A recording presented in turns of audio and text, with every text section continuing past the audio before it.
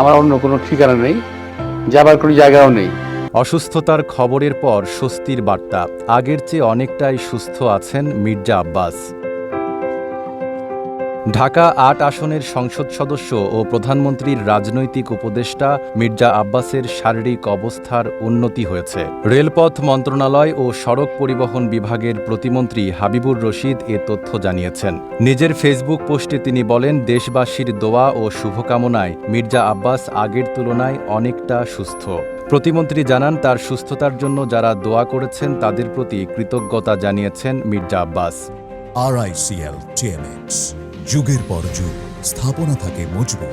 তিনি আশা প্রকাশ করেছেন, দ্রুত পুরোপুরি সুস্থ হয়ে আবারও জনগণের মাঝে ফিরবেন মির্জা আব্বাস। এখন তার দ্রুত আরোগ্য কামনা করছেন দলীয় নেতাকর্মী ও শুভাকাঙ্ক্ষীরা। Desk report, Dhaka post.